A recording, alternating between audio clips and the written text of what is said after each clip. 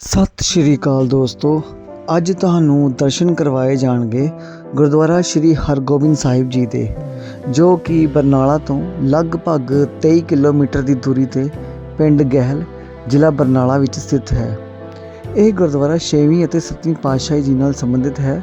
ਗੁਰੂ ਘਰ ਵਿੱਚ ਲਿਖੇ ਹੋਏ ਇਤਿਹਾਸ ਅਨੁਸਾਰ ਇਹ ਸਥਾਨ 6ਵੀਂ ਅਤੇ 7ਵੀਂ ਪਾਤਸ਼ਾਹੀ ਨਾਲ ਸੰਬੰਧਿਤ ਹੈ। ਮਾਲਵੇ ਵਿੱਚ ਵਿਚਰਦਿਆਂ ਸ਼੍ਰੀ ਗੁਰੂ ਹਰਗੋਬਿੰਦ ਸਾਹਿਬ ਜੀ ਨੇ ਇਸ ਸਥਾਨ 'ਤੇ ਆਪਣੇ ਪਾਵਨ ਚਰਨ ਪਾਏ ਅਤੇ 7ਵੇਂ ਪਾਤਸ਼ਾਹ ਸ਼੍ਰੀ ਗੁਰੂ ਹਰਿਰਾਏ ਸਾਹਿਬ ਜੀ ਗੁਰੂਸਰ ਮਹਾਰਾਜ ਵੱਲ ਜਾਂਦੇ ਹੋਏ ਇਸ ਥਾਂ ਵਿਰਾਜੇ ਸਨ।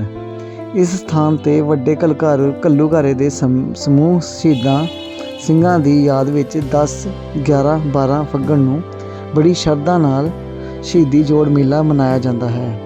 ਵਾਹਿਗੁਰੂ ਜੀ ਕਾ ਖਾਲਸਾ, ਸ਼੍ਰੀ ਵਾਹਿਗੁਰੂ ਜੀ ਕੀ ਫਤਿਹ। ਤੁਹਾਡੇ ਸਾਰਿਆਂ ਅੰਦਰ ਵਾਸਤੇ ਪਰਮਾਤਮਾ ਨੂੰ ਨਮਸਕਾਰ।